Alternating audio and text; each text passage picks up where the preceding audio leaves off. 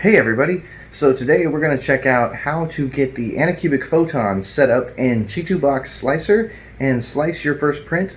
Also some support settings. So stay tuned, check it out. Here we go.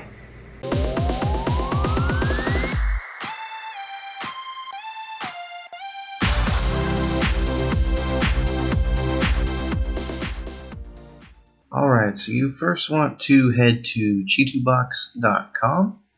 You're going to go look at the downloads page and you're going to look for Chitubox free. They say they have a pro version, haven't seen it yet. Make sure you click the stable version and the latest and pick your operating system, 32-bit or 64. Once you hit download, it's going to want you to either sign in or sign up. It's free. I have absolutely no idea why they want you to do that. Once you do that, you'll go ahead and sign in or sign up and it'll automatically download and you go ahead and run the file. Now, once you run the file, you'll have Chitubox 64. So we'll go ahead and launch that up. And it should look pretty much like this. So when we get it finally loaded up here, you're going to see this screen. We might ask you for check for updates, your option, whatever. That little thing right there is your build plate. And you can navigate it just like you would any other slicer program with the right mouse control, left mouse control. You have options over here for moving a model, rotating a model, scaling a model, and mirroring a model. Now, what you want to look at is you have different options to open a project or save, import configurations, all different types of options up here. You also have quick buttons that do the same thing on the top ribbon, and we'll get into all of those here in a minute. Now, looking at the build plate, if you hit over here on these little squares, it'll take you to that view, whichever you want. And if you notice, that little tab is going to be the right-hand side of your build plate. So if you're trying to orient something, I don't see why it would matter too much, but just for reference, that's the right side over there. So, settings. This is how you add a printer. I have my Elegant Mars in here already with a bunch of profiles that it auto-populates. The Anycubic doesn't do that, but you just hit add a printer and you look through the list. So the first one's going to be Anycubic, the Anycubic Photon. Looks like your printer. Don't pick the S unless you have the S. It'll mess everything up. And then hit OK. Once you do that, you have all of your settings in here. It already populates the size, the resolution, the max size, all that fun stuff. Resin, you can enter your costs here if you really care. Here's all the different settings. We'll get into that. And then you have infill. Don't worry about that. Leave it at none. And then anti-aliasing doesn't really work with this printer. So there's no profiles. You can add more if you want. I just go right here. Layer height, pretty standard, 0.05 millimeters. Bottom layer count, I change this. This is how many solid layers it's going to do on the bottom. Do 6. Exposure time changes based on resin. We'll leave it at 8. Sometimes I go up to 10. I can go 13. Bottom exposure time, this is those 6 layers. I give this a good bump up to 60. And then light off delay and bottom light off delay, set those to about 6. I'm just not going to change them here because this is just a tutorial. But change them to about 6. That's just how long it takes for them to turn off the exposure, lift up, and lift down. So now that we got that, you can change over here which one you want to slice it for. And then you just pick which one you want without having to go to the settings menu. For supports, we're going to change things in here. You got the Z lift height. That will be how high those supports lifted off. You can import, export, reset, and configure. You have settings for each one of the branches, top, middle, bottom, and the raft. We never use a raft. So middle is going to be in this middle portion. The bottom is obviously going to be the bottom portion. Top is going to be the top. Raft, we don't, again, use a raft. It's just harder to get off. You can select from the platform or select from everywhere, which will put them on the model. And again, these are the auto support settings. Those can pretty much just be left alone. So I'm going to put these up on the screen, split screen, just because I don't remember off the top of my head. So what you're going to want to do for the light supports, note that we're up in light supports. We're going to change the contact diameter to 0.2. change the contact depth to 0.1. That's just how deep they go into the model. The contact shape is fine as cone, and then we're going to go to the upper diameter and change that to 0.2. Then we're going to go lower diameter, put that at 1.0. That's just, or 1.0 is fine. Then the connection length, and that's going to change up to 3.0. Go with a middle, light, middle. So each one, light, medium, and heavy, is going to have a different setting for top, middle, and bottom. So we're going to make sure we're at cylinder here. I don't know why you'd want to change it. And then change the contact diameter, the angle. You can leave that alone. The shape, again, just leave it where it's at. The diameter is going to be 1.2. I'm sorry, the upper diameter is going to be 0.4. And the lower is going to be 0.4 as well. And this is just basically going to change the thickness of that. Oh, I made a mistake. 1.2, 0.4, 0.4. Go to the bottom, and again, I leave these up on the screen so you can check. Just make sure that that's a cone. You can change it. I don't see how much it will change anything, but I suppose it could. Skate is good. We want to make sure that our thickness is all right down here.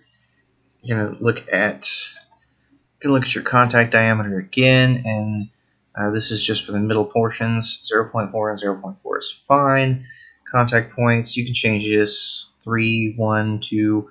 All this is going to do is how many legs it has. I usually leave it at 1. Doesn't seem to be a big problem. And again, now we're going to move on to medium. So we're at light, now we're at medium. You can see the difference between them, what we've changed just in the picture. So start from the top again. We're going to just mess with the top portion.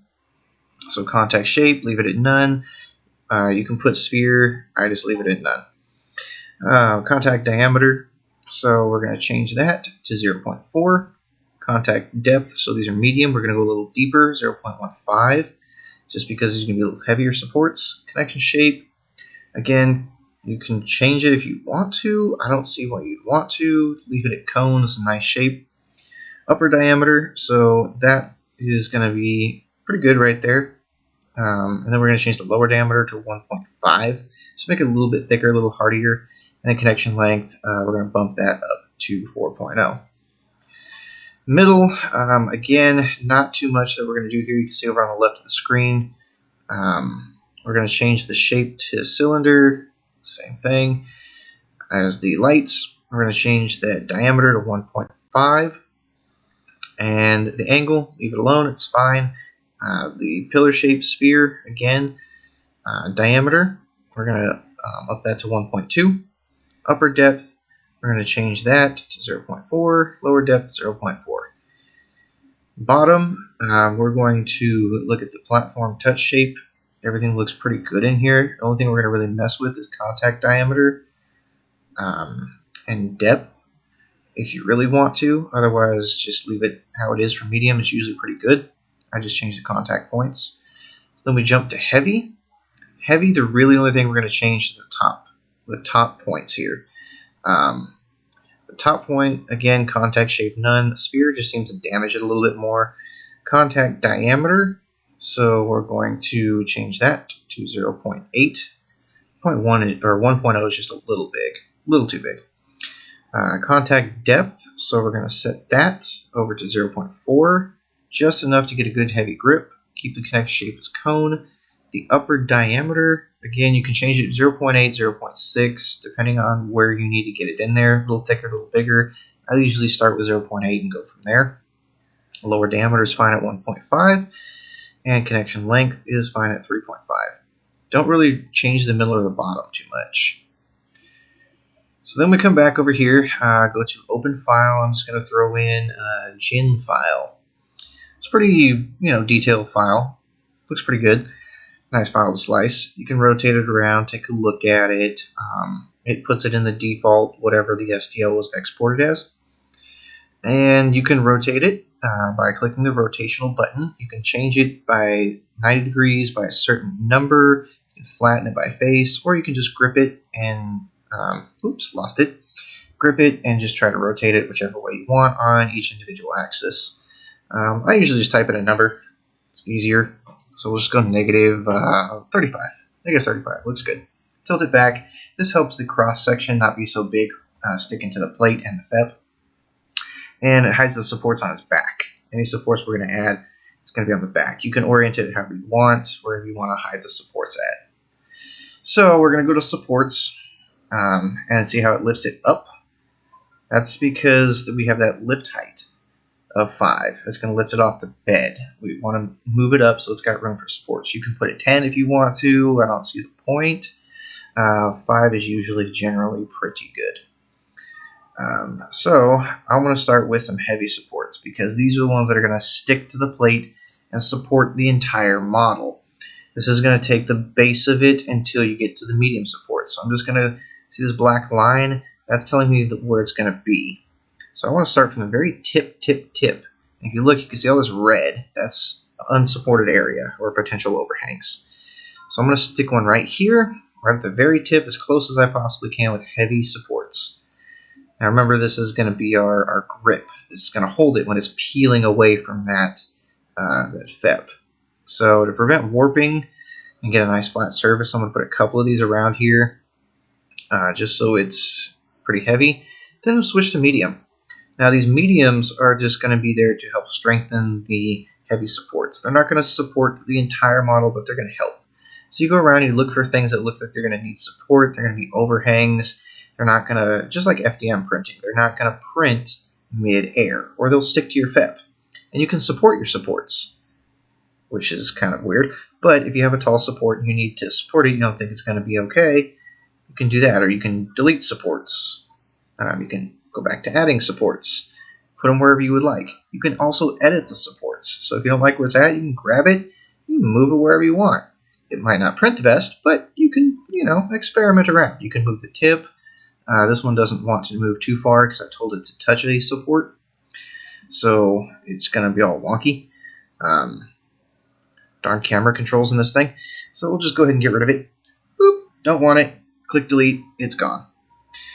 So now we've taken a look at it. You can kind of scroll down using the slider, and you can see that arm there, completely midair. We're going to definitely need supports there.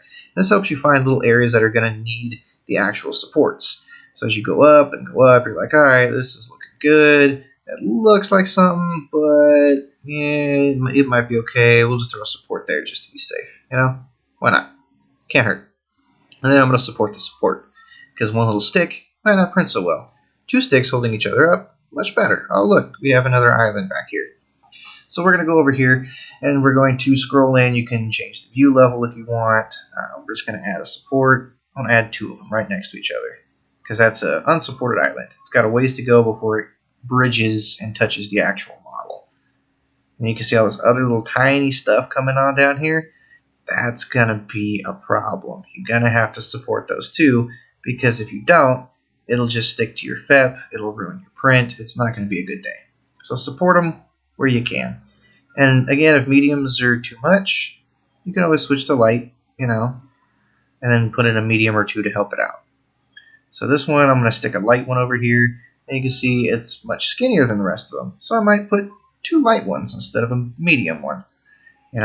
It's your choice how you want to support your model and find out what works best for you. Now, obviously, there's going to be a ton of things to support through here.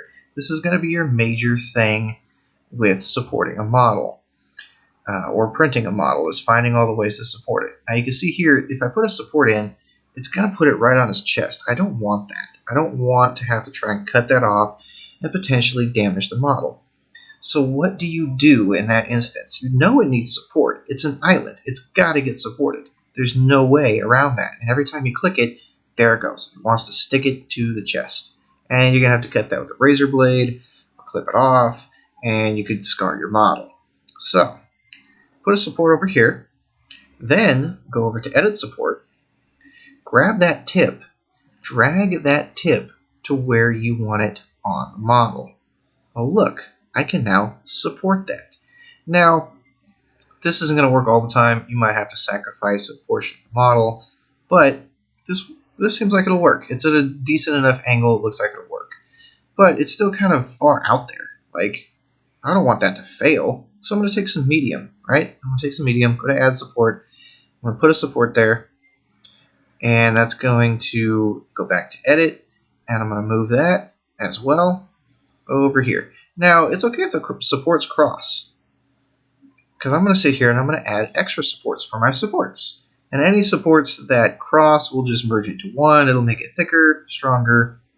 It's cool. So that should work. No problem. I've supported my island and I didn't scar the chest of the model. Pretty sweet. Little tricks you can do like that. Now you can just remove them all and say, I want to auto support the thing. I don't have time for all this. I just want to go. Just hit all. And it will do its best with whatever you select. Oh, you have medium selected. So it's going to use medium supports for everything. That's the downside of auto supports. It only does light or medium or heavy. You can't get a combo. But medium generally does pretty well for small mini prints. It supported everything. It doesn't look like it attached to the chest. It did some weird stair-stepping there. Of course, you could edit that if you wanted to, but I'm fine. Like these things over here, I don't know if they need support. I really don't. I don't think they do, so I'm going to get rid of them. I'm just going to go ahead and select them. I'm going to get rid of them. I'm going to take a look. If I do, maybe I can just scroll down and see what they look like.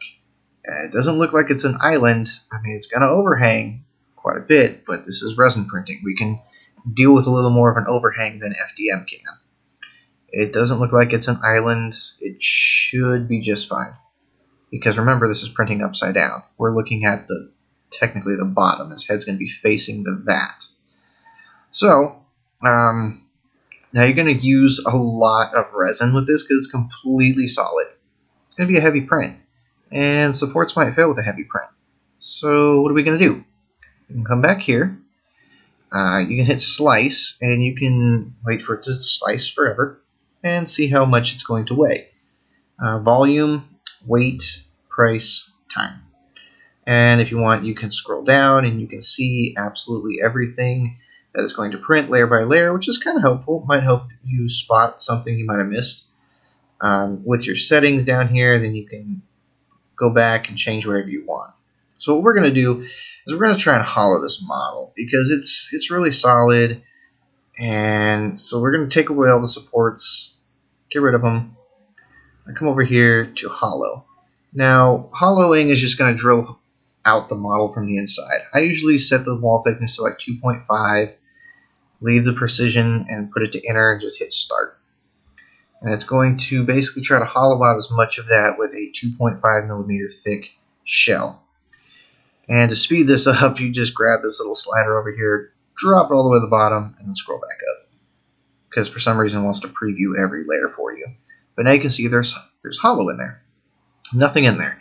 Now, yes, resin will get trapped in there unless you have a way to get it out. And it can create suction. So what we're going to do is we're going to dig a hole. Set the size whatever you like. I usually go 3. It's pretty good. Set the depth, whatever will get through your model. 5 is usually good for me. And then you can pick where you want to put it. So I'm going to put it right here because it's going to be at the bottom of his cloak. And I can hide that. It's fine. And then it always leaves a plug. You can just delete the plug. No big deal. So we're going to scroll up and say, all right, now I want to dig another hole in the back just to give it another place to drain from, and also to keep that suction force against the FEP down, because basically you just made a giant hole, which is a suction cup. So if you can add a couple of holes, it's great. Now you can go back, add your supports. We'll just do light this time, see what it looks like. Might cut down on some of the resin cost and the weight, and because it's also a lighter model now, light might be able to handle it a little better. So when it gets done adding the supports to absolutely everything, here we go, there we go, looking pretty good. You can go scroll through it, make sure everything looks good. You can change it to medium if you want. It's all preference. Now you notice it stuck some stuff inside of them, and that's the downside to using all. If you want to not see anything in there, you'd have to do just from platform. I don't really care. It's going to get painted. I don't really care what's in there. So you can remove all and go back to doing platform if you want, but it will miss all these ones down here. I don't really care if it's inside because it's not needed for me because I'm going to paint it. But if it was a structural thing and you needed it to not be in there, you'd have to either manually place it or just do from platform. So once you hit slice, it'll slice it. You're good to go. You can check your size, your volume, and then you can hit save. You're good to go. Alright, so that was how to get the Anycubic Photon set up in Chitubox Slicer, and some of the best resin settings that I have found out on the internet. So if you like this video, please consider giving it a thumbs up. Also, consider subscribing not to miss any content coming out at you soon. Thanks for watching. Catch you later.